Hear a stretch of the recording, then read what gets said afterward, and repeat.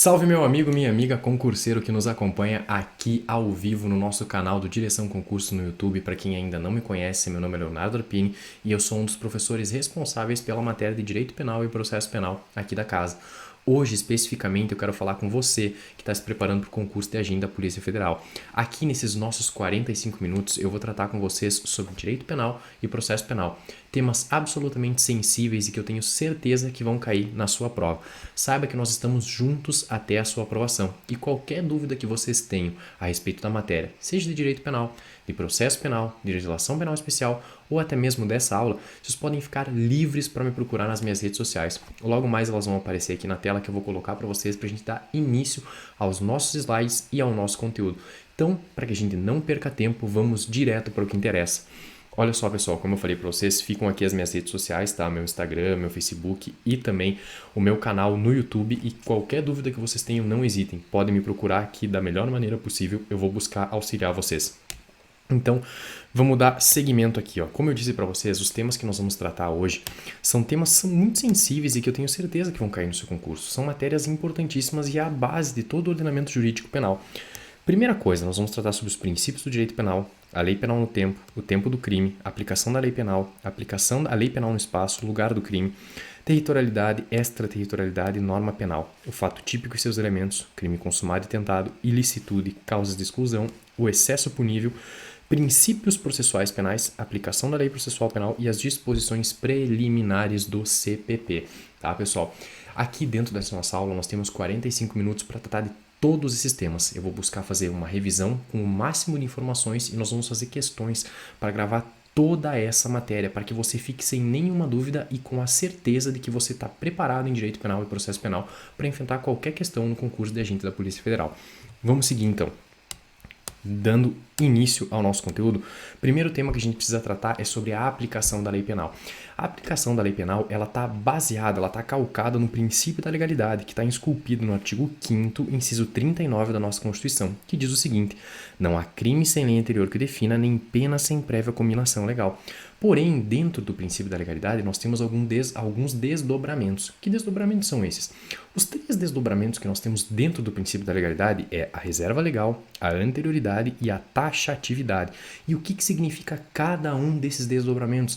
Esses desdobramentos também são considerados princípios. O primeiro deles, a reserva legal, ou seja, representa a exigência de lei no sentido formal para a criação de crimes no mundo jurídico.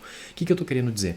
Se vocês pegarem o artigo 22, inciso 1º da Constituição, lá diz que compete privativamente à União legislar sobre direito penal e processo penal. Ou seja, para a criação de crimes no ordenamento jurídico é necessário uma lei federal. Nenhum outro dispositivo legal pode criar crimes. Isso é o que vocês têm que ter em mente. Tem uma pegadinha que acontece muito em concurso que é sobre a medida provisória. Essa medida provisória pode criar crimes.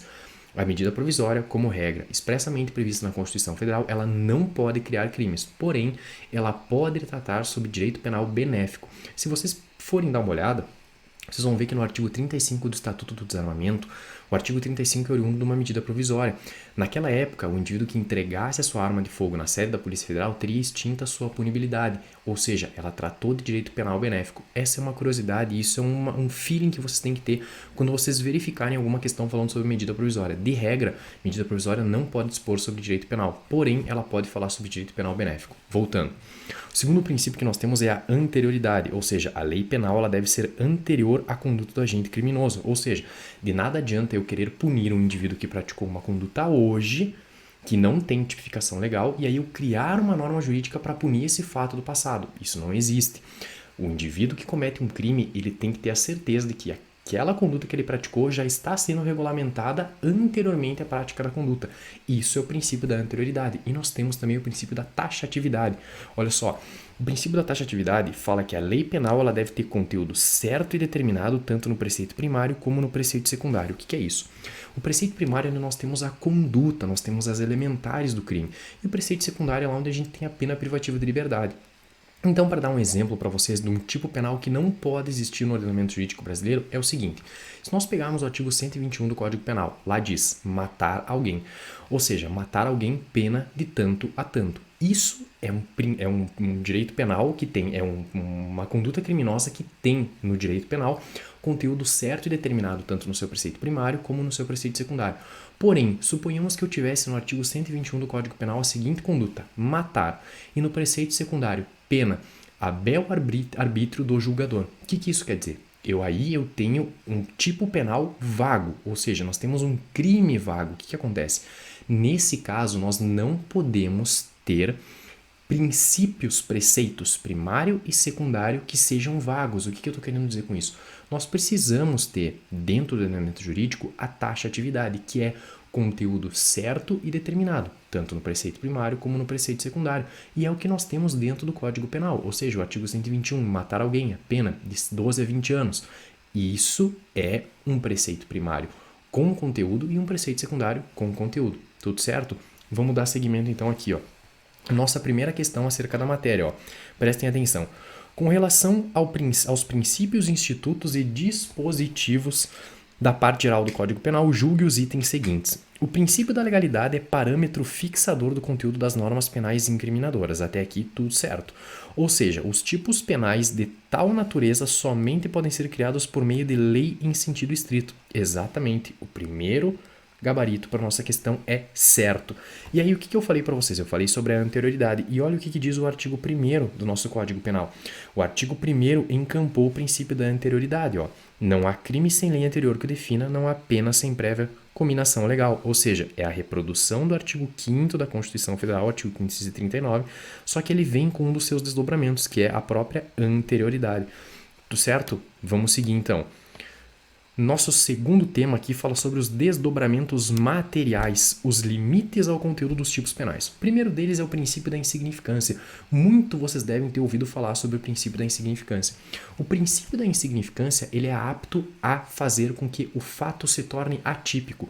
Fato atípico materialmente. O que isso quer dizer? Que naquele caso concreto não há dolo na conduta da gente, ou seja, o fato é materialmente atípico. Isso é o princípio da insignificância. Mas agora, como é que a gente vai definir os vetores sobre o princípio da insignificância? Como é que a gente verifica no caso concreto a incidência ou não do princípio da insignificância? Bom, para isso, o Supremo Tribunal Federal nos deixou 4 vetores que são aqueles norteadores do caso concreto para a gente poder fazer com que haja a incidência do princípio da insignificância. Vamos ver na tela. O que eu falei para vocês? Ó? O princípio da insignificância é aquele em que condutas consideradas insignificantes elas são indiferentes para o direito penal. Porém, como eu disse, é necessário que a gente verifique isso dentro do caso concreto, a incidência do princípio. E aí o STF nos presenteou com esses vetores. Quais são os vetores? O primeiro deles é a ausência de periculosidade social. Ou seja, o indivíduo não pode ser um indivíduo que tenha um alto grau de periculosidade social. O reduzido grau de reprovabilidade do fato, a mínima ofensividade da conduta do agente criminoso e o ínfimo grau de lesão jurídica. E aí o que eu fiz aqui para vocês? Ó, se vocês conseguirem perceber, eu deixei destacado algumas letras, tá? E aí essas letras que eu deixei destacado, elas formam o mnemônico PROL.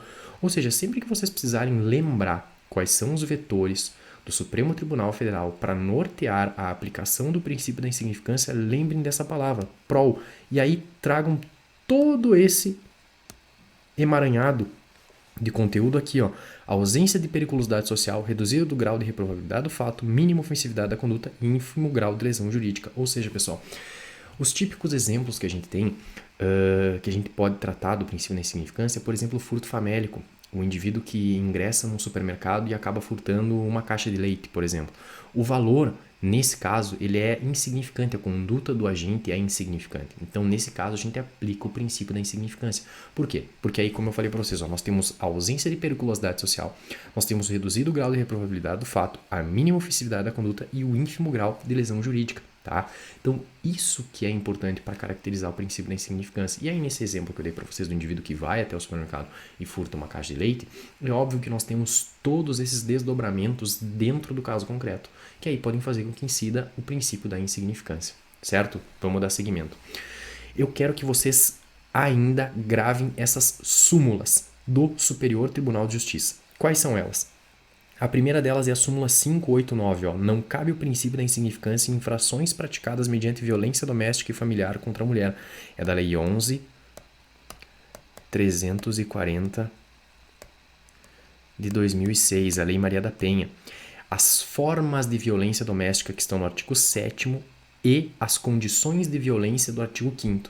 Conjugando esses dois dispositivos da Lei Maria da Penha, nós temos a incidência da Lei 11.340 de 2006 e nós temos essa súmula 589 do STJ que diz que é inaplicável o princípio da insignificância em crimes praticados com violência doméstica e familiar contra a mulher. Nós temos também a súmula 599 do STJ, que fala que o princípio da insignificância é inaplicável aos crimes contra a administração pública. E por fim, a súmula 606, que não cabe a insignificância no crime de transmissão clandestina de sinal de internet via radiofrequência, tá? Essas são as súmulas importantes que vocês têm que gravar. E agora, para vocês terem uma ideia de como cai isso em concurso, como cai essas súmulas, vamos fazer essas questões, ó. A nossa questão de número 2 aqui da Banca CESP diz o seguinte: tendo como referência a jurisprudência sumulada dos tribunais superiores, julgue o item a seguir acerca dos crimes, penas, imputabilidade penal, aplicação da lei penal e institutos. É possível a aplicação do princípio da insignificância nos crimes contra a administração pública desde que o prejuízo seja em valor inferior a um salário mínimo? Pessoal, isso aqui está errado. Não cabe o princípio da insignificância nos crimes contra a administração pública. Por quê? Porque isso é a súmula 599 do STJ. Tá? Não cabe o princípio da insignificância aqui. Vamos lá. Ó. Outros desdobramentos materiais do princípio da insignificância é a alteridade e a adequação social. O que é a alteridade? A alteridade diz que o direito penal ele se preocupa em incriminar condutas que violem bens jurídicos alheios e não os bens jurídicos próprios. E aí também nós temos a adequação social. O que é a adequação social? Aquela conduta que é socialmente adequada, ela é considerada um indiferente para o direito penal. Ou seja, o princípio da adequação social. Se nós formos pensar, aqui pode ter muitas pessoas que estão me assistindo que já são pais de família, já têm filha e tudo mais. Então o que acontece? Suponhamos que você, que tem uma filha, depois do nascimento da sua filha, você levou a sua filha até uma farmácia, por exemplo, para que ela furasse a orelha para colocar os brincos na orelha, para ela ficar elegante, para ela ficar bonita. O que acontece? Nesse momento em que há conduta praticada pela farmacêutica de furar a orelha da criança, nós temos em tese uma lesão corporal. Porém, essa é uma conduta socialmente adequada. O que isso quer dizer? Que isso é um indiferente para o direito penal. Esse é o princípio da adequação social. Sempre lembre desse exemplo. Furar as orelhas da criança, que é levada até o local, na farmácia, por exemplo, é feito furo. Nesse caso, incide o princípio da adequação social e a conduta é penalmente atípica, o que seria, em tese, uma lesão corporal. Tudo certo? Vamos voltar então. Ó. Vamos lá, vamos ver como é que isso aqui está sendo cobrado em concurso. Ó. Aplicado no direito penal brasileiro o princípio da alteridade. Ó. O direito penal se preocupa em tutelar violação a bens jurídicos alheios. Então vamos lá. Determina que o juiz analise as especificidades do caso e do fato do autor durante o processo dosimétrico. Não, isso aqui não diz respeito ao princípio da alteridade, mas isso aqui é o princípio, isso aqui é a dosimetria da pena.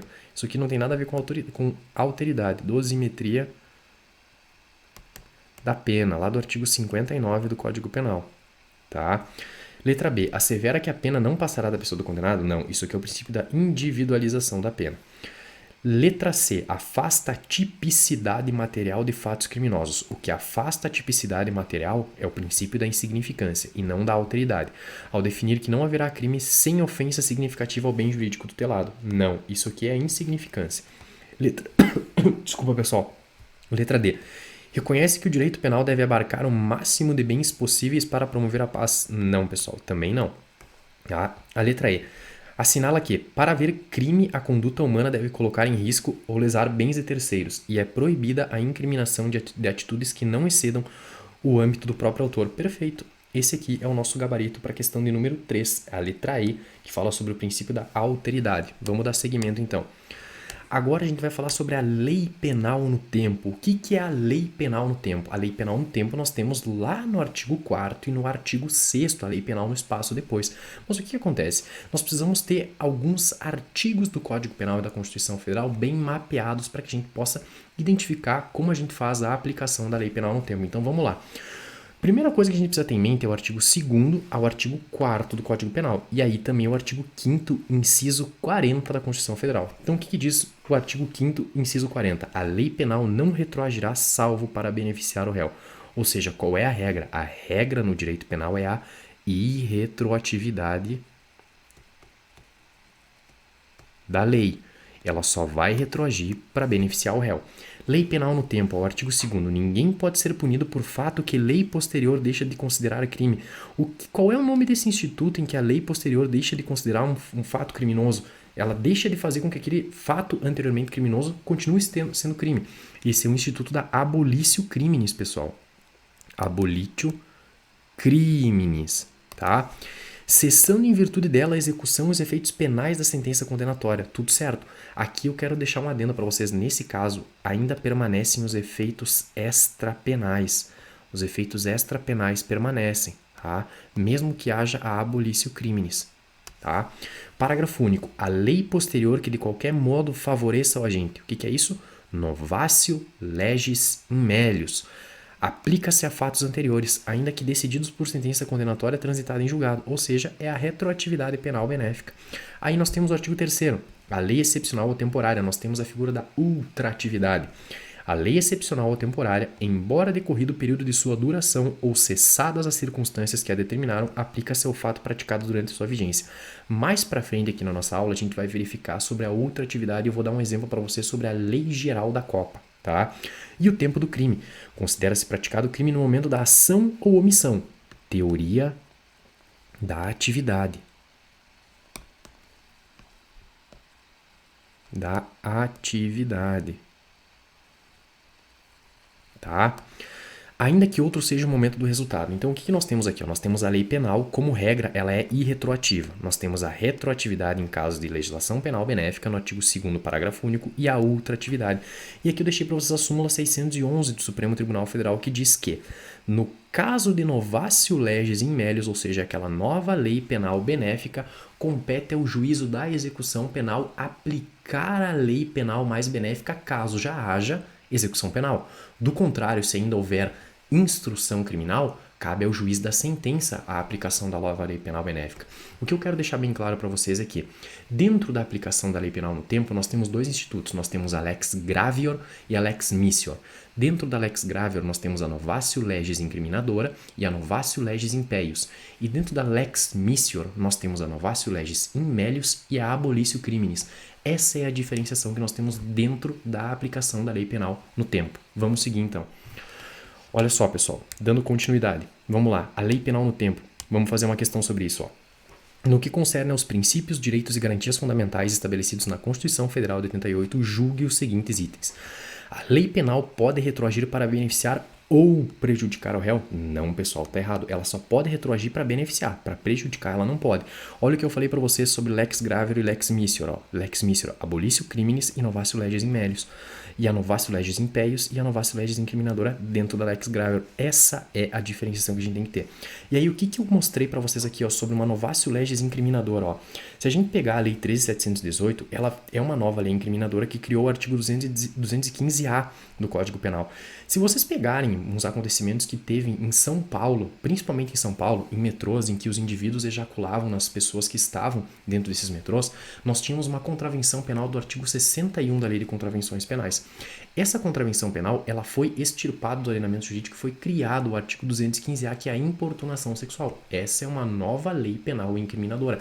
Ela não vai retroagir. Todos aqueles indivíduos que praticaram essa conduta não vão responder por esse crime. Só vão responder a partir do momento em que essa legislação entrou em vigor e dali para frente vai se aplicar o artigo 215A do Código Penal. Tudo certo? E aí nós temos também aqui, ó, pessoal, uma nova lei penal gravosa. Ó. O furto, a pena dele do artigo 155 do Código Penal, aqui artigo 155, nós temos a pena de 1 a 4 anos. Se nós temos uma nova lei penal gravosa, que é o quê? Uma novatio legis in peius, essa nova lei penal gravosa alterou a nossa pena para 10 a 20 anos. Nesse caso aqui, essa lei ela não vai retroagir. Ela não vai poder retroagir para prejudicar o réu. Ela só retroagiria para beneficiar o acusado. Tá? Dando seguimento, então. Lei excepcional ou temporária, como eu falei para vocês aqui do artigo 3º. Tá? Então vamos ler de novo. Ó. O artigo 3º diz o seguinte. A lei excepcional ou temporária, embora decorrido o período de sua duração ou cessadas as circunstâncias que determinaram, aplica-se ao fato praticado durante a sua vigência. Olha o que eu deixei para vocês aqui, ó. A Lei 12.633 de 2012. Pessoal, a Lei Geral da Copa do Mundo, ela veio para regular fatos praticados durante a Copa do Mundo. Ou seja, o que eu estou querendo dizer com isso? Os fatos que foram praticados ali, as condutas criminosas que foram praticadas durante a vigência da Lei Geral da Copa, mesmo que a Lei Geral da Copa perca a sua vigência, que foi o que aconteceu, aqueles crimes praticados durante aquele período vão ser aplicados da Lei Geral da Copa, mesmo que tenha cessado os efeitos dessa lei por conta do evento Copa do Mundo que tenha se findado aqui no Brasil. E olha o exemplo que eu dei. Ó. Se a gente pegar o artigo 30 da Lei Geral da Copa, diz o seguinte, ó, reproduzir, imitar, falsificar ou modificar indevidamente qualquer símbolos oficiais de titularidade da FIFA. Pena, detenção de 3 meses a 1 ano e multa. Olha só, o marco temporal estipulado pela lei foi do dia 31 de dezembro de 2014. Ou seja, a partir de 2014, 31 de dezembro de 2014, essa lei não estava mais em vigor no ordenamento jurídico. Porém, os fatos que foram praticados durante a vigência dessa lei vão ser alcançados por ela. E aí a gente tem uma questão aqui a respeito dessa matéria. Então vamos lá, ó. Acerca do crime e da aplicação da lei penal no tempo e no espaço, julgue o item que se segue. A lei mais benéfica deve ser aplicada pelo juiz quando da prolação da sentença, certo, em decorrência do fenômeno da outra atividade, mesmo já tendo sido revogada a lei que vigia no momento da consumação do crime. E aí, o que vocês acham, pessoal? Essa questão aqui está perfeita, o gabarito dela é certo, pessoal. Está corretíssima essa questão. Vamos dar seguimento então, ó. Tempo e lugar do crime, pessoal. Tempo e lugar do crime. Aqui eu vou deixar outro mnemônico para vocês, tá? Para que vocês possam gravar bem essa parte. Então vamos lá. Ó. Tempo do crime. Artigo 4º. Considera-se praticado o crime no momento da ação ou omissão. O que é ação ou omissão? Ação ou omissão é conduta. Faz parte do fato típico. Ainda que outro seja o momento do resultado. Tá? O tempo do crime, nós temos a teoria da atividade. Ó. Tempo do crime, atividade. E aí eu já fiz um gancho aqui, pessoal, porque isso é uma coisa muito comum de cair em concurso. O artigo 6º do Código Penal, ele tá ali para fazer a verificação dos crimes à distância. Nós não podemos confundir o artigo 6º do Código Penal com as regras de competência do Código de Processo Penal lá do artigo 69 e seguintes. Aqui o artigo 6º está preocupado com os crimes à distância, aquele que se estende por mais de um território, ou seja, dá início aqui no Brasil e vai se consumar, por exemplo, no Paraguai. Um roubo que acontece em Ponta Porã, Foz, Paraná, Ponta Porã, e ele acaba se estendendo ao Paraguai. Nesse caso, nós aplicamos o artigo 6º do Código Penal para ver o crime à distância, o local do crime. Tudo certo? Vamos voltar então, ó. Então, o que acontece? O lugar do crime diz o seguinte, ó, considera-se praticado o crime no lugar em que ocorreu a ação ou omissão. O lugar em que ocorreu a ação ou omissão, a conduta. No todo ou em parte, bem como onde se produziu ou deveria se produzir o resultado. Qual foi a teoria adotada pelo Código Penal para tratar do lugar do crime? A teoria adotada foi a teoria da ubiquidade. Ó, lugar do crime, ubiquidade, tempo, atividade. Aí nós temos esse mnemônico, luta, pessoal. Lembrem desse aqui, ó. Lugar do crime, ubiquidade, tempo, atividade. Vocês nunca mais vão errar nenhuma questão que diz respeito a esse tema. Então vamos lá, questão número 6. Ó. Com relação ao tempo e ao lugar do crime, o Código Penal adotou, respectivamente, as teorias. O que vocês acham? O que eu falei para vocês? Ó, atividade e ubiquidade. A nossa resposta para a questão número 6 é a letra C. Tá?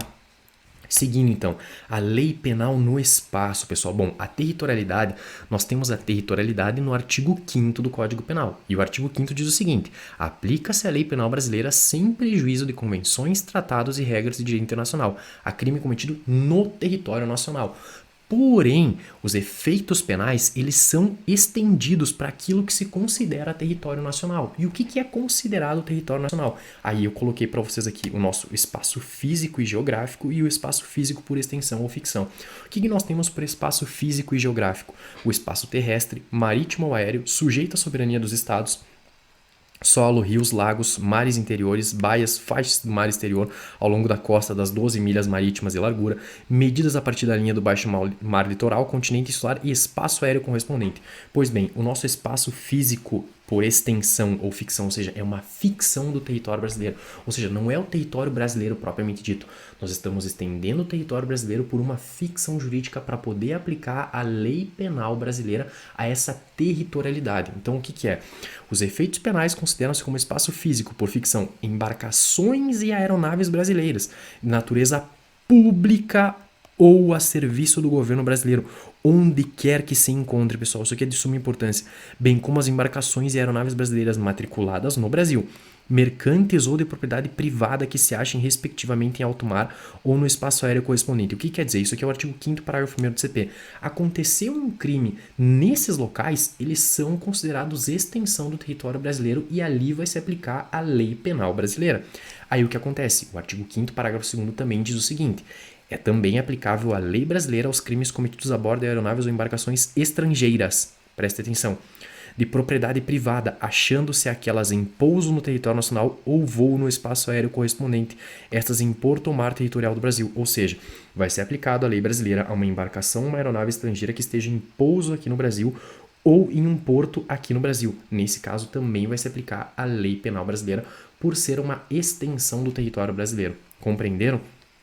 Vamos dar seguimento então. Quais são as conclusões que nós temos a respeito disso? Então, prestem atenção. Quando navios ou aeronaves forem públicos ou estiverem a serviço do governo brasileiro que se encontra no território nacional ou estrangeiro, tanto faz, eles são considerados parte do nosso território, ou seja, a territorialidade do artigo 5º vai se aplicar à lei penal brasileira. A segunda conclusão, os navios ou aeronaves eles forem privados, quando em alto mar ou no espaço aéreo correspondente, seguem a lei da bandeira que trazem consigo, ou seja, eles estão em alto mar ou eles estão no espaço aéreo, nós não temos como identificar qual a lei que vai se aplicar. Se a gente fosse pegar, por exemplo, uma lei penal brasileira porque ele tocou o aeroporto de Guarulhos. Nesse caso, nós não temos como identificar. E aí o que vai acontecer? Nesse caso, estando em alto mar ou estando no espaço aéreo, que não seja o correspondente nosso, vai se aplicar a lei da bandeira. Se for, por exemplo, um avião português, vai se aplicar a lei penal portuguesa. Tá? Quanto aos navios e aeronaves estrangeiros em território brasileiro, desde que privados são considerados parte do nosso território, e aí são aplicadas a lei penal brasileira. Certo? Vamos dar seguimento então, pessoal. Olha só, sobre a extraterritorialidade. O que é a extraterritorialidade? A extraterritorialidade é a aplicação da lei penal fora do território brasileiro. Aqui nós temos duas hipóteses. Nós temos a extraterritorialidade condicionada e a extraterritorialidade incondicionada. A extraterritorialidade incondicionada é quando a lei brasileira é aplicada no exterior, independente do preenchimento de qualquer condição, diferente do que acontece na extraterritorialidade condicionada, em que nós temos que preencher algumas condições para que a lei penal brasileira seja aplicada. Querem ver qual é? Vamos lá então. Olha só, primeira coisa, o que eu falei para vocês? Aqui eu deixei bem claro que a lei penal em casos excepcionais, ela pode ultrapassar os limites do território, alcançando crimes cometidos exclusivamente no território estrangeiro. E aí o que eu disse, a extraterritorialidade pode ser incondicionada. A lei brasileira é aplicada ao crime cometido no estrangeiro, independente do preenchimento de qualquer condição, nas hipóteses do artigo 7º, inciso 1º do Código Penal. Quais são as hipóteses do artigo 7º, inciso 1º do Código Penal? A primeira coisa, os crimes contra a vida ou a liberdade do presidente da República, praticado no exterior, vai ser aplicada a lei penal brasileira por conta da extraterritorialidade. A segunda hipótese é contra o patrimônio ou a fé pública da União, do DF, do Estado, território, município, de empresa pública e sociedade de economia mista, autarquia, fundação instituída pelo poder público. E a última hipótese é contra a administração pública por quem está a seu serviço e também o crime de genocídio, quando o agente for brasileiro e domiciliado no Brasil. Isso tudo é extraterritorialidade incondicionada. Praticado o crime no exterior, vai ser aplicada a lei brasileira independente do preenchimento de qualquer outra condição. Diferente do que nós temos agora aqui, na extraterritorialidade condicionada, que aí nós temos que preencher algumas condições. Essa extraterritorialidade condicionada, ela está no artigo 7º, inciso 2º do Código Penal. E o que ela diz? Quais são os requisitos que devem ser preenchidos para que haja aplicação da lei penal brasileira? Primeira delas, entrar o agente no território nacional, o fato tem que ser punível também no país em que foi praticado, ou seja, foi praticado lá nos Estados Unidos, ele tem que ser punido lá. Além de ser punido aqui no Brasil, esse fato criminoso também tem que ser punido no exterior.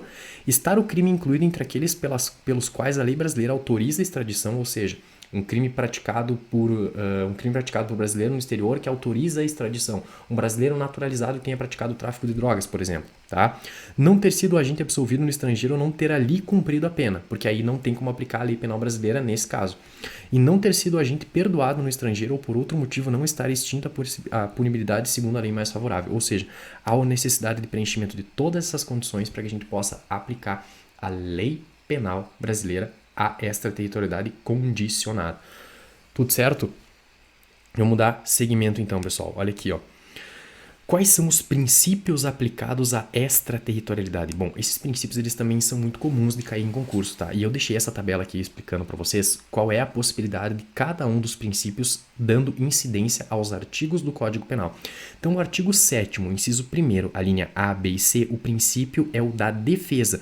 E isso é uma espécie de extraterritorialidade incondicionada. Por quê? Porque nessas hipóteses são aquelas dos crimes praticados contra a vida do presidente da República, os crimes contra o patrimônio ou a fé pública da União, do DF, Estado, município, autarquia, empresa pública, sociedade de economia mista e também contra a administração pública. Essa é a primeira hipótese.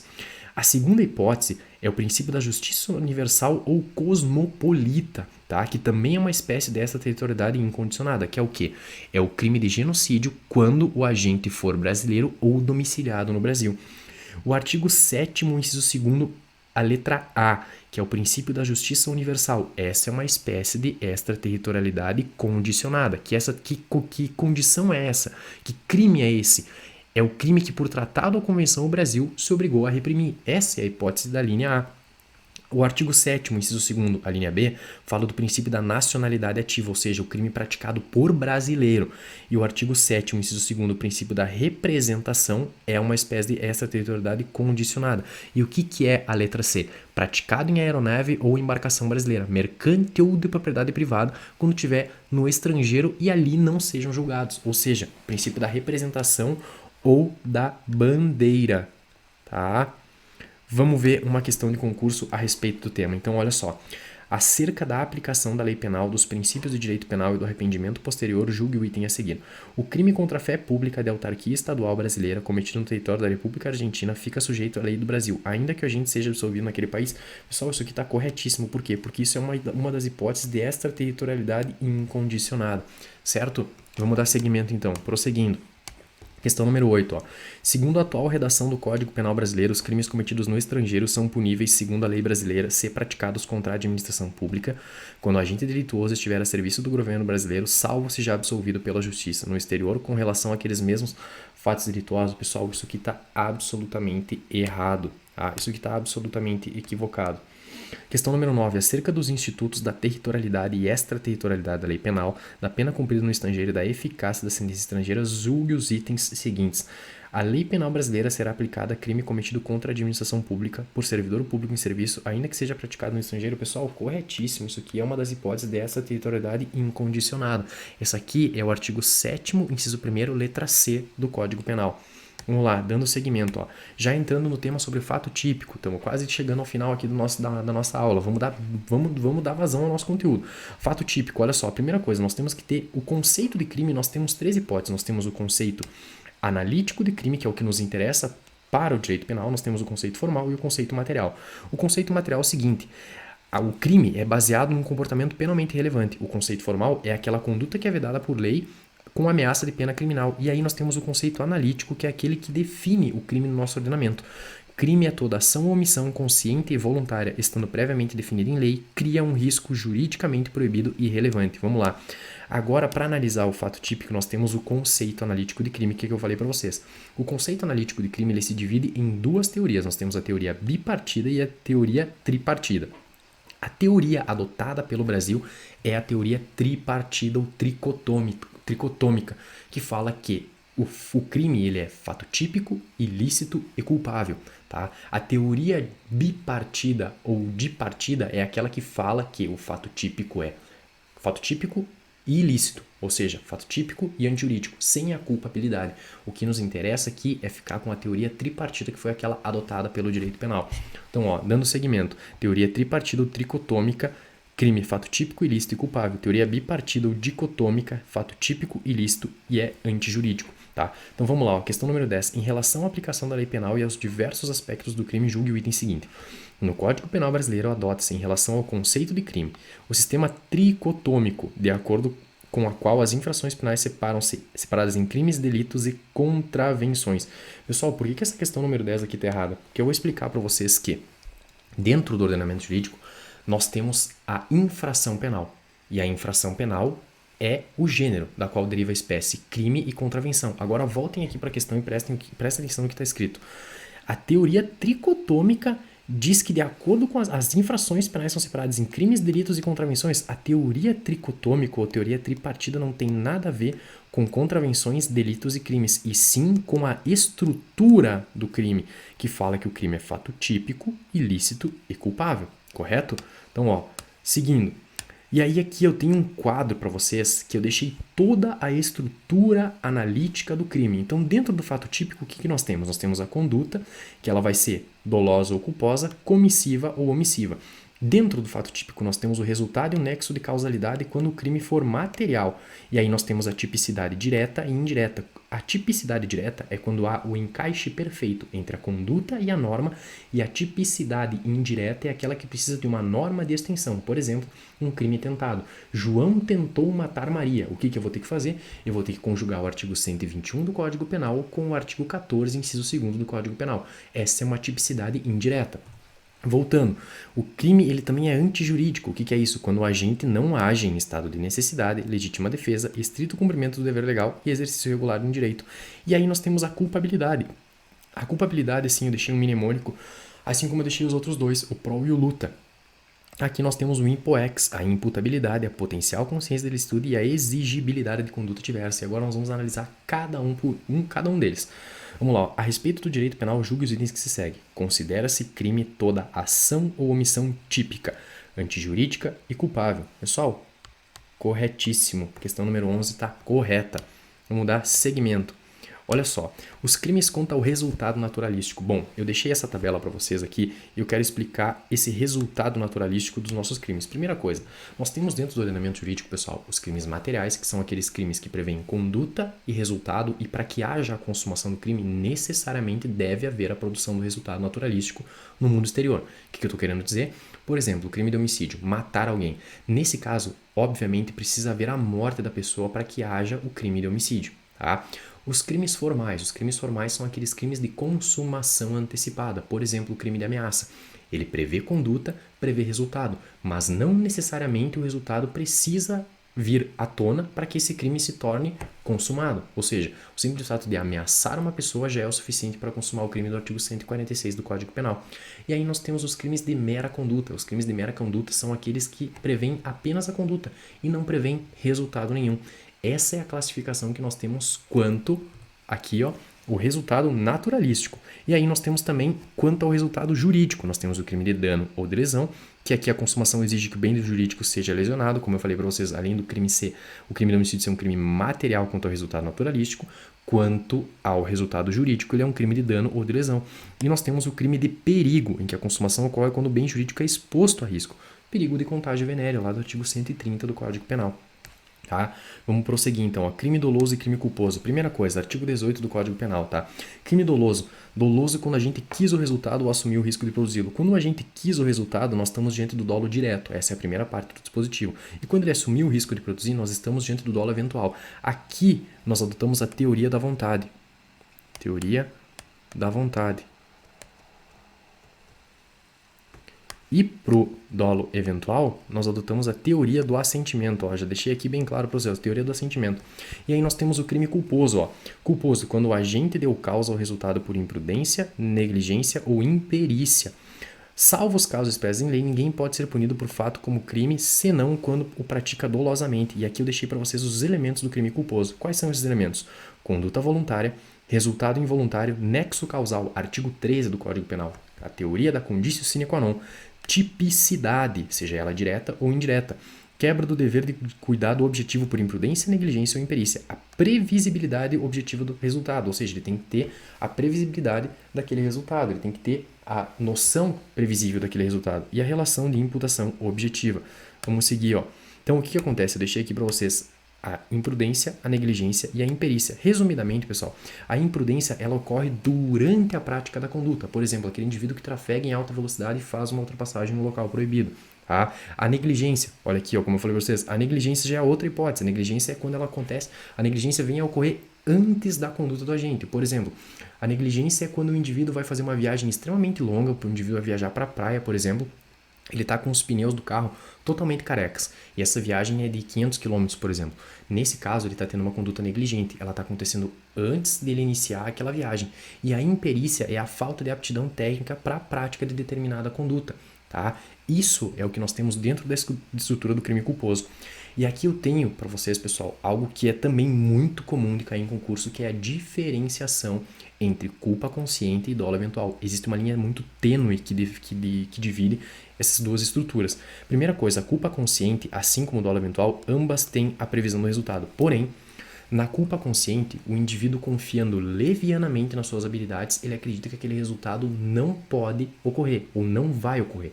Diferente do que acontece no dolo eventual. No dolo eventual, o agente tem a previsibilidade do resultado, mas ele se mostra indiferente para a produção do resultado. Conseguiram perceber? Culpa consciente, o indivíduo confia nas suas habilidades de forma leviana, na qual ele acha que vai conseguir evitar o resultado. E no dolo eventual, não. No dolo eventual, ele também prevê aquele resultado, mas ele não tem importância nenhuma caso aquele resultado venha a ocorrer. Essa é a diferenciação entre culpa consciente e dolo eventual. Tá? Vamos prosseguir. Vamos fazer algumas questões a respeito disso. Ó. Vamos lá.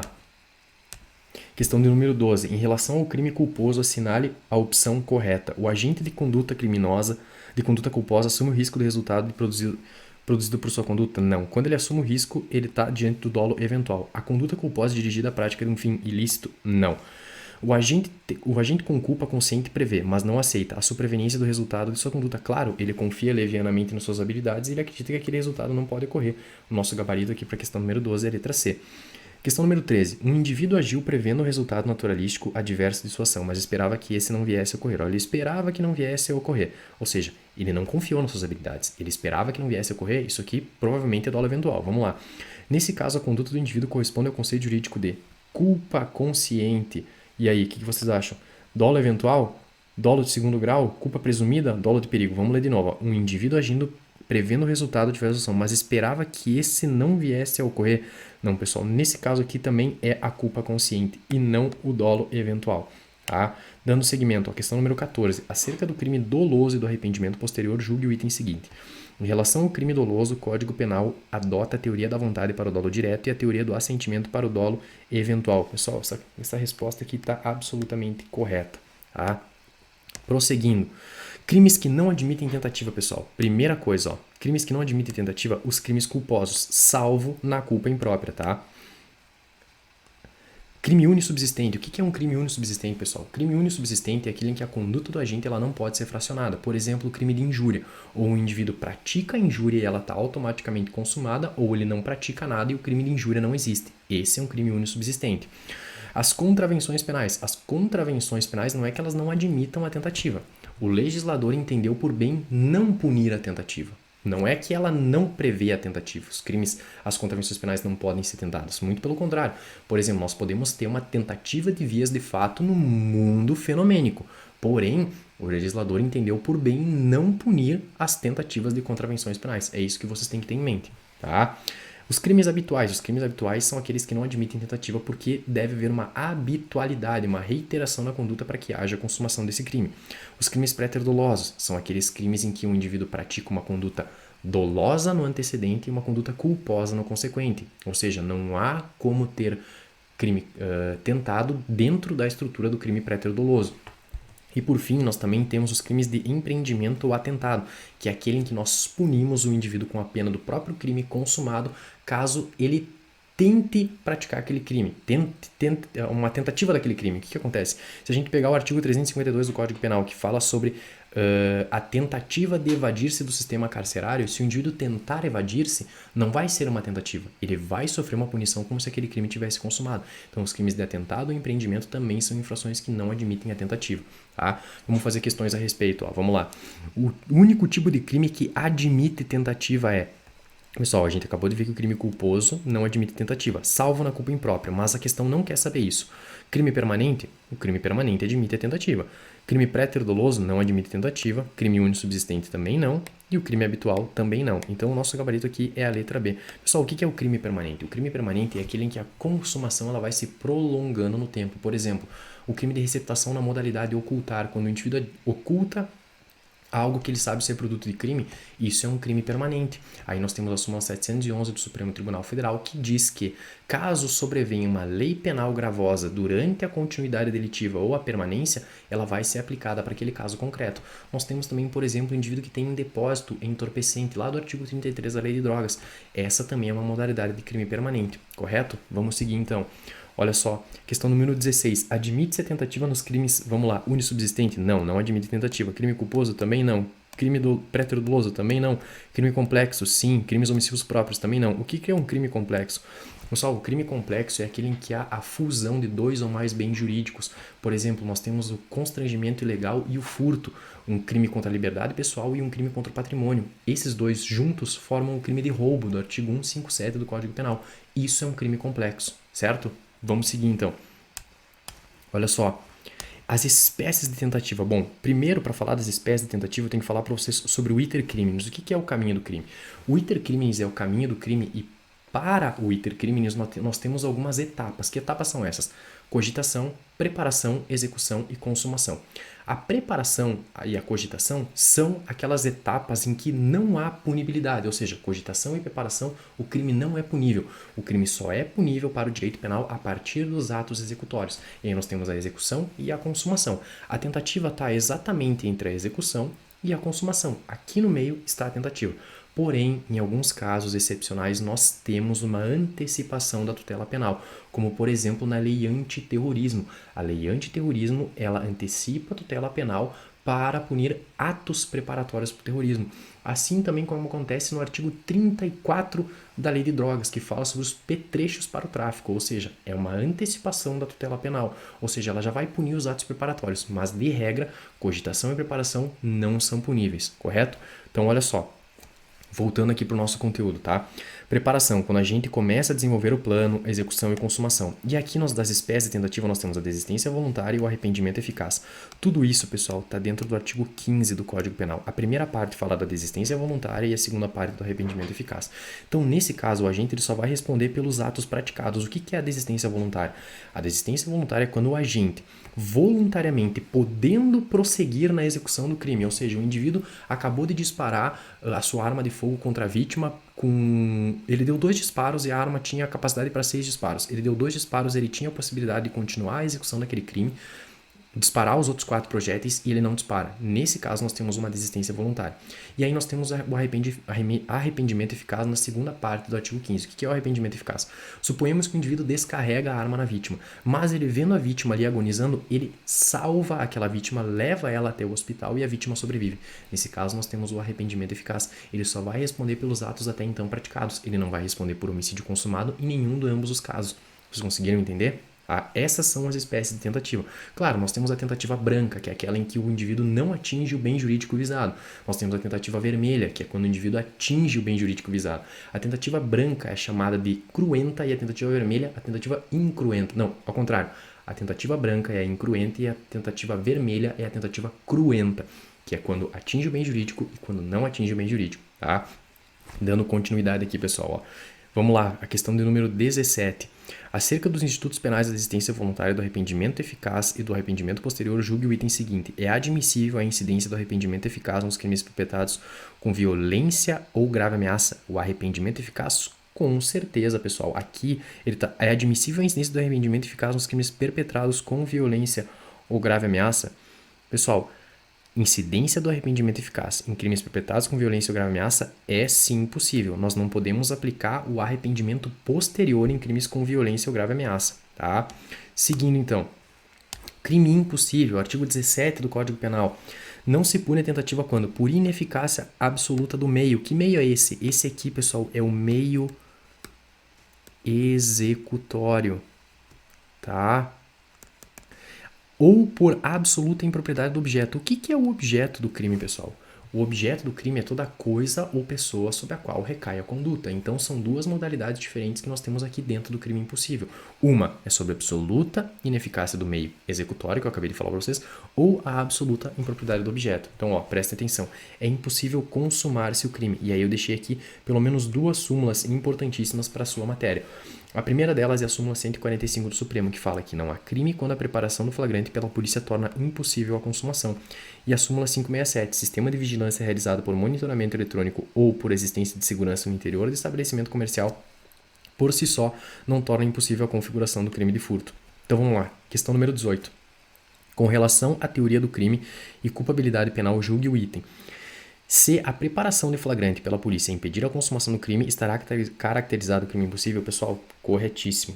Crime impossível, certo. Questão número 19. Acerca do arrependimento posterior, arrependimento eficaz e crime impossível, julgue o item seguinte. Considere a seguinte situação hipotética. Um indivíduo realizou práticas abortivas em sua namorada, que não se encontrava grávida. Nessa situação, restou configurado o crime impossível em fase de absoluta ineficácia do meio, pessoal? Não.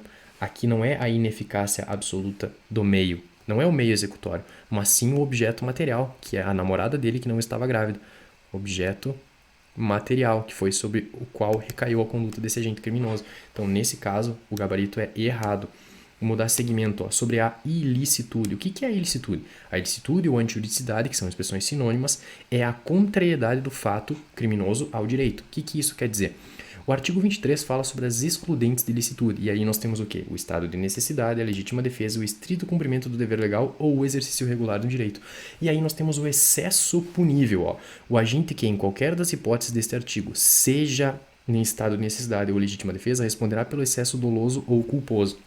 E aí o que eu tenho?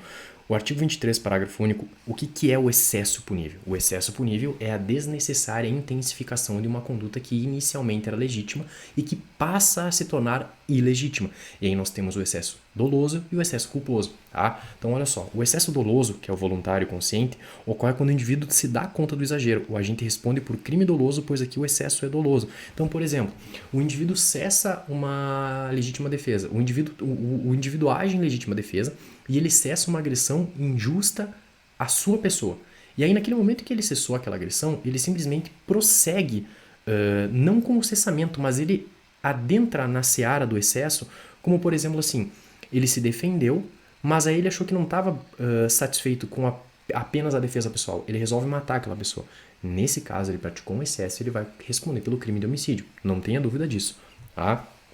O excesso involuntário inconsciente. A pessoa não se dá conta que foi além do necessário. O excesso involuntário deriva de um erro que pode ser evitável. O indivíduo vai responder por crime culposo quando for previsto em lei. E se for inevitável, não há dolo ou culpa. Aí, nesse caso, não há crime. Tá? Seguindo, então. Dando seguimento aqui, pessoal. A nossa matéria. Só vamos voltar aqui, esperar que está voltando. Vamos voltar para o nosso slide. Excesso punível aqui. Estado de necessidade. Vamos lá.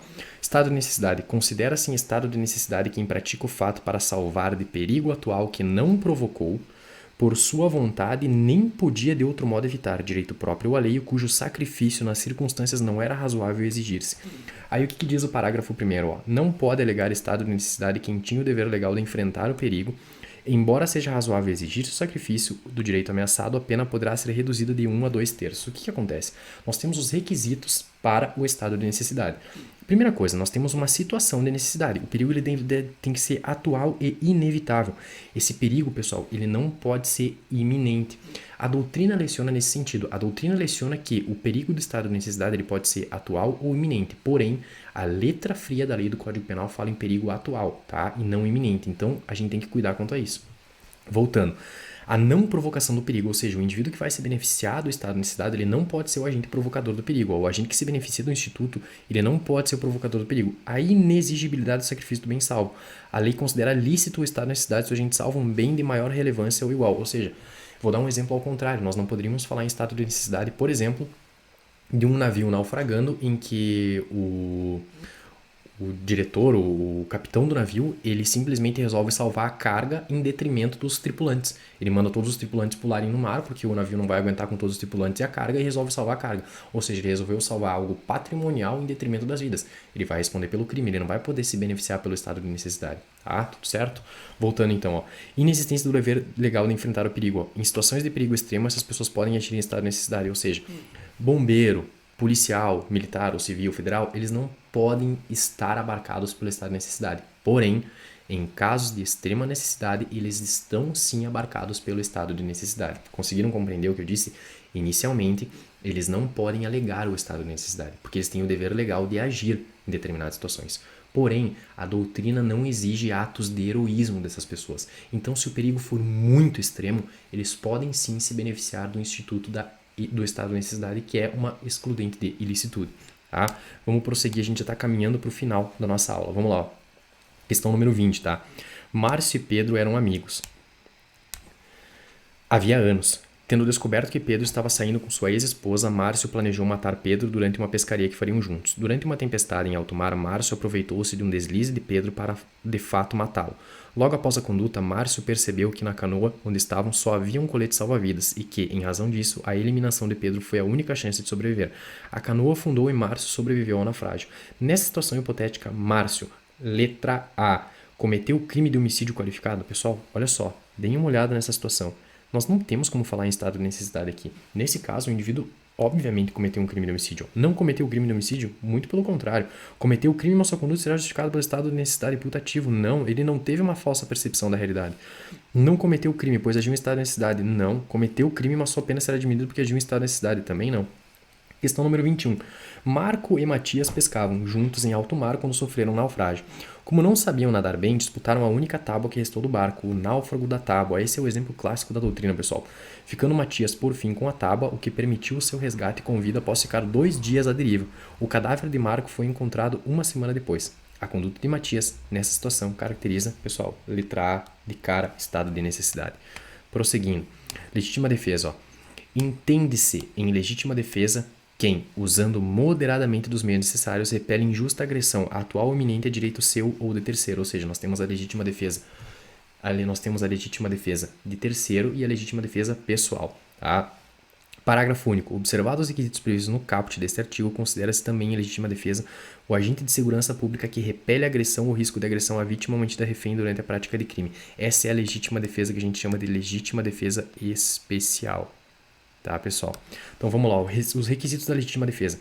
A agressão ela tem que ser atual ou iminente e ela deve ser injusta. E ela deve se voltar a direito próprio ou alheio, porque aí nós temos a legítima defesa própria e a legítima defesa de terceiro. Tá?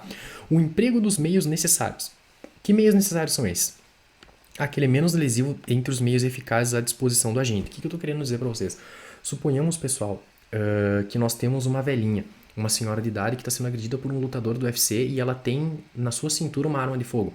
É o único meio necessário que ela tem para poder fazer cessar aquela agressão. Ela está automaticamente apta a utilizar aquela arma de fogo para se defender.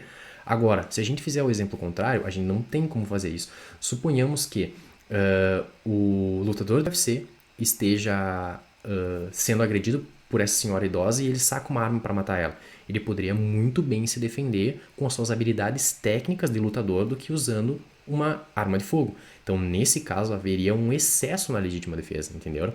E aí nós estaríamos diante de um crime de homicídio e não haveria legítima defesa, tá? Esses são os meios moderados à disposição do agente, tá?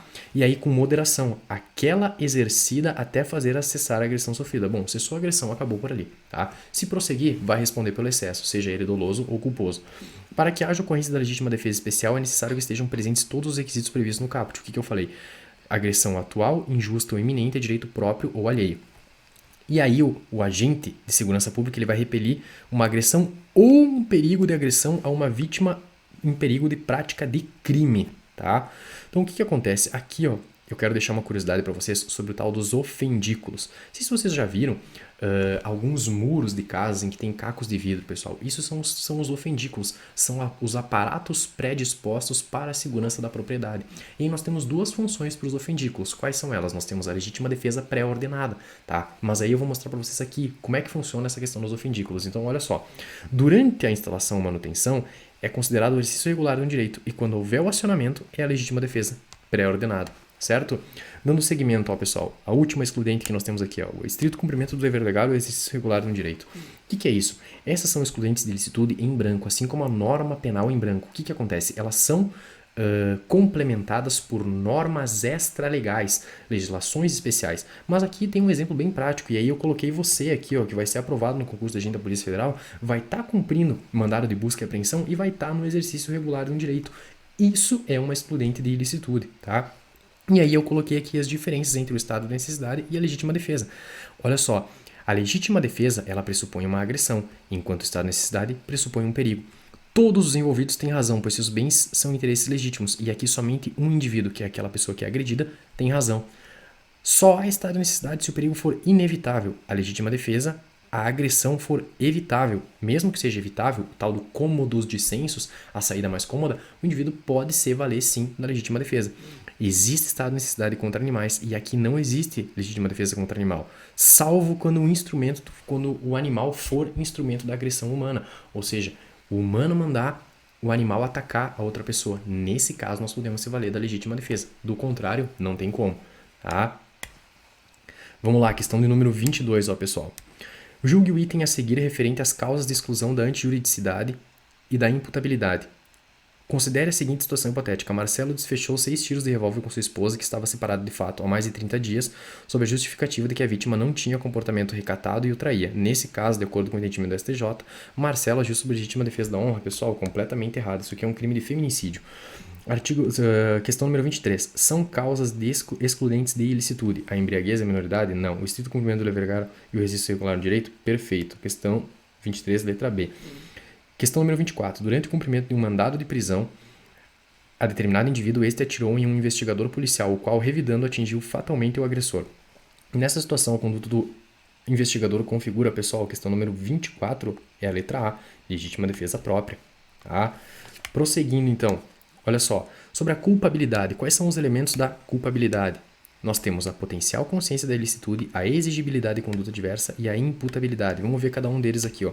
A imputabilidade, pessoal, é a capacidade que o indivíduo tem de entender o caráter ilícito do fato e de determinar-se de acordo com esse entendimento. Ou seja, o indivíduo sabe que matar alguém é errado e ele se comporta da maneira como o Código Penal prevê, não matando ninguém. Conseguiram entender? Isso é a imputabilidade. E aí nós temos as causas. Ó. O artigo 26 fala da inimputabilidade por doença mental ou desenvolvimento mental incompleto. Se o indivíduo for completamente inimputável, nós vamos ter uma absolvição imprópria com aplicação de medida de segurança, mas essa absolvição imprópria é uma sentença eminentemente condenatória. Se o indivíduo for um semi-imputável, nós vamos ter a redução da capacidade mental, e aí nós temos ou aplicação de pena ou de medida de segurança, que aí nós temos o sistema vicariante e não mais o sistema do duplo binário. A gente aplica ou pena ou medida de segurança. A minoridade penal vai ser aplicado o ECA, aqui a gente não tem dúvida nenhuma, e aí a gente tem embriaguez completa e involuntária. Se houver a supressão das capacidades mentais, ele vai ser inimputável. A absolvição imprópria, mesma coisa que acontece com o inimputável do artigo 26, e a redução das capacidades mentais, nós temos o semi-imputável, que é uma condenação com pena reduzida de 1 a 2/3. A potencial consciência da ilicitude, pessoal, aqui é a capacidade cultural que o indivíduo tem de entender o caráter criminoso do fato, tá? Ou seja, ó, o artigo 21 diz o seguinte: o desconhecimento da lei é inexcusável. O erro sobre a ilicitude do fato, se inevitável, isenta de pena. Se evitável, poderá diminuí-la de 1/6 a 1/3. Parágrafo único. Considera-se evitável o erro se o agente atua ou se omite sem a consciência da ilicitude do fato, quando lhe era possível, nas circunstâncias, ter ou atingir essa consciência. Ou seja, a potencial consciência da ilicitude, ela está ligada ao aspecto cultural de saber o que é certo e o que é errado, o que eu falei. Ó. Primeira pergunta que a gente tem que se fazer: o réu tinha conhecimento do caráter ilícito? Se a resposta for sim, está presente a potencial consciência da ilicitude. Se não, a gente pode estar diante de um erro de proibição. O indivíduo não tinha conhecimento do caráter ilícito do fato. O réu tinha a possibilidade de conhecer o caráter ilícito do fato? Sim. Erro de proibição, a gente precisa ver se ele é inevitável, se ele é evitável, inexcusável, indesculpável, que já vai gerar uma condenação com diminuição de pena, e se não houver, se ele não conhecer o caráter ilícito do fato, é um erro de proibição. Aí a gente vai ver se é inevitável, excusável, desculpável, e ele vai ser absolvido, pois não há a potencial consciência da ilicitude. E aí, por final, aqui, ó, a exigibilidade de conduta diversa. Nós temos, se o fato é cometido por coação irresistível, pessoal, primeira coisa, se essa coação irresistível ela for moral, não há culpabilidade, tá? Não há culpabilidade. Porém, se essa coação for física,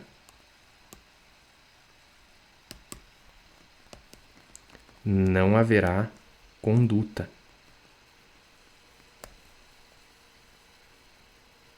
E aí, pessoal, o fato é atípico.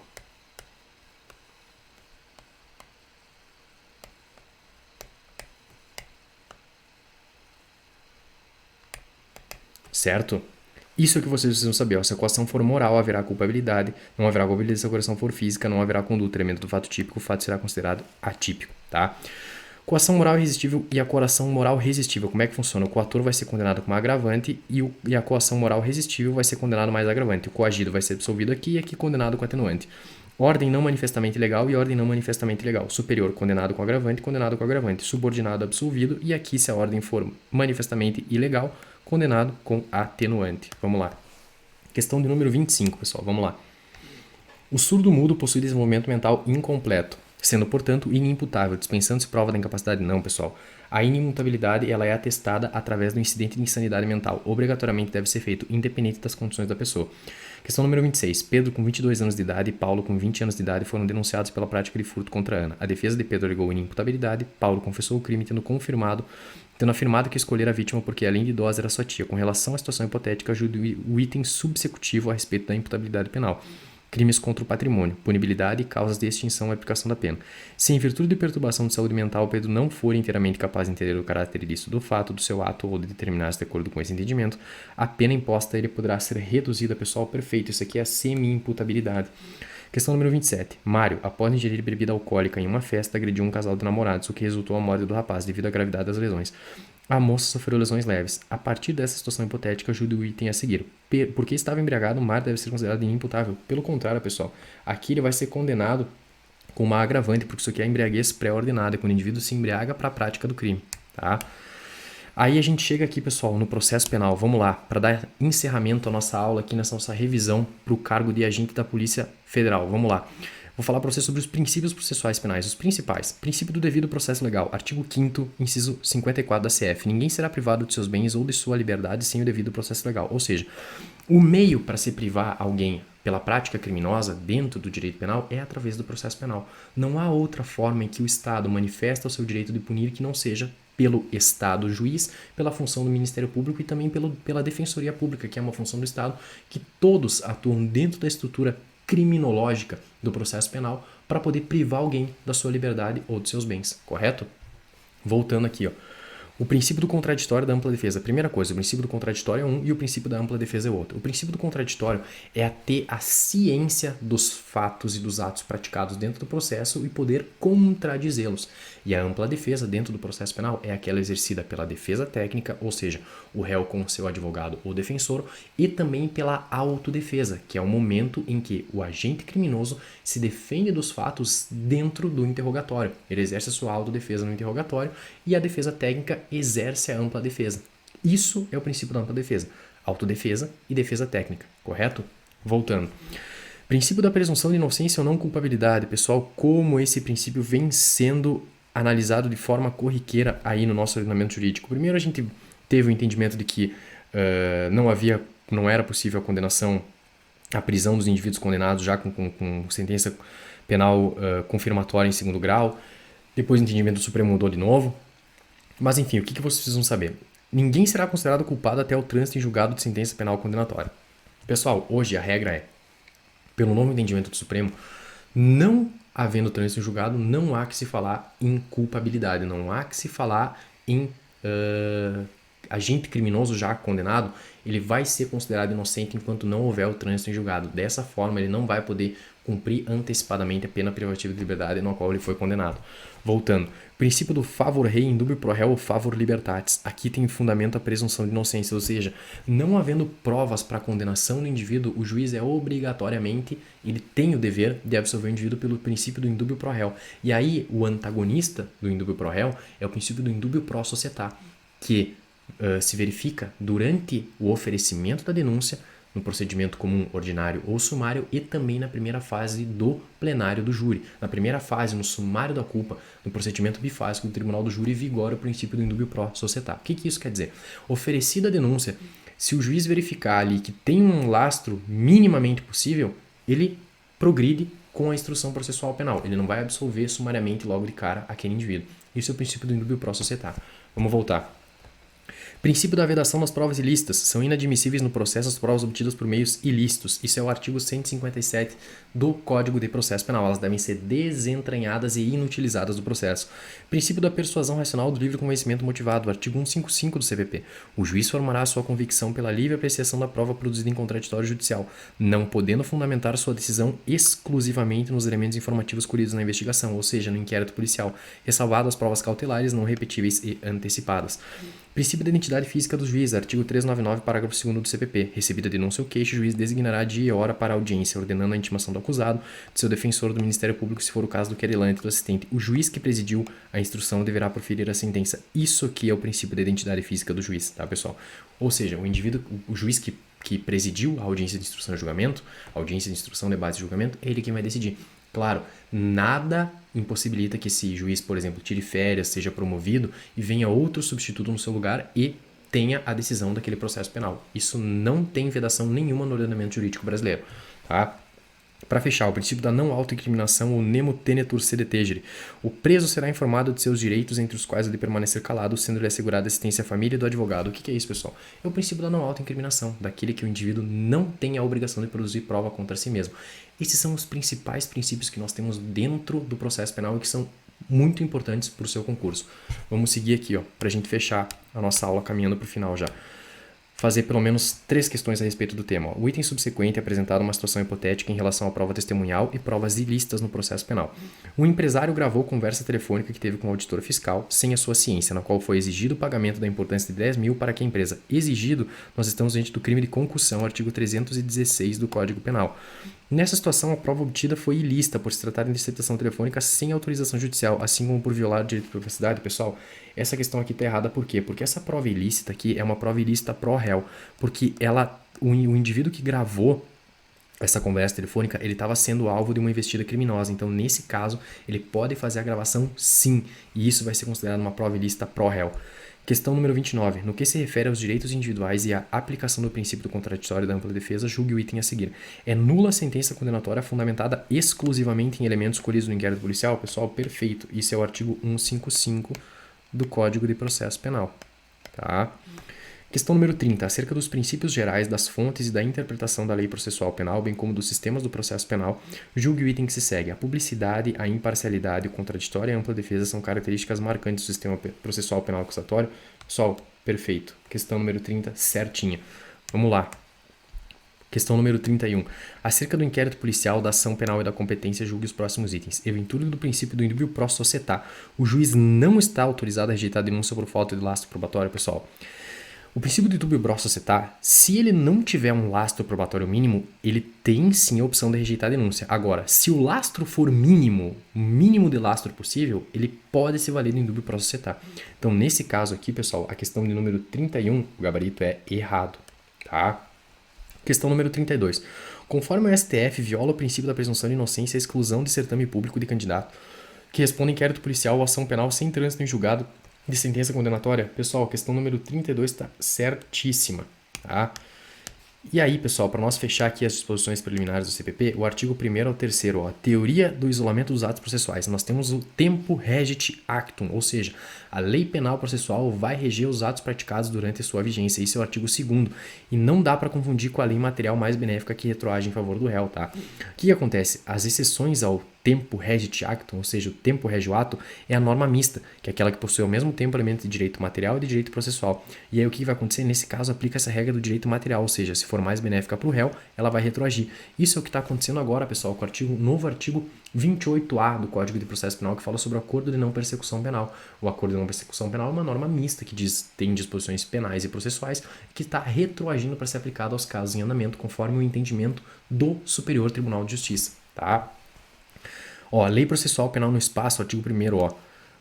Locus regit actum. A palavra todo vem para encerrar a pluralidade do CPP. Porque antes, pessoal, cada estado tinha o seu Código de Processo Penal. São Paulo, Minas Gerais, Rio Grande do Sul, Rio de Janeiro. Hoje o Código de Processo Penal é unificado e aplicado no Brasil inteiro. Vocês já chegaram a parar para pensar nisso? Então, olha só. Naquela época, ó, não tinha CPP próprio. Se aplicava o Código Imperial de 1832 para São Paulo, ó, Alagoas e Goiás. Tá? Interpretação do artigo 3º do CPP, interpretação extensiva, aplicação analógica e princípios gerais do direito. Então, para nós fechar aqui o nosso estudo, vamos para a questão 33. No que concerne às disposições preliminares do CPP, ao inquérito policial e ação penal, julgue o próximo item. Tratando-se de lei processual penal, não se admite, salvo para beneficiar o réu, a interpretação analógica. Pessoal, isso aqui está errado, pessoal. Está absolutamente errado. Ela pode sim vir a beneficiar o réu, salvo para beneficiar o réu. Não se admite, pessoal, é claro que se admite. E aqui a gente fecha o nosso estudo, pessoal, com a questão do número 34, com base na aplicação e interpretação da lei processual, bem como do inquérito policial, julgue os itens a seguir. A lei processual penal não admite interpretação extensiva à aplicação analógica, mas pode ser suplementada pelos princípios gerais do direito. Pessoal, questão 34 é errada. Por quê? Porque ela admite sim a interpretação extensiva e a aplicação analógica. Pessoal, infelizmente nós tivemos que correr um pouco aqui nesse finalzinho porque o nosso tempo era muito curto e eu queria trazer o maior número de informações para preparar você para sua prova, para você que está sonhando com esse cargo de agente da Polícia Federal.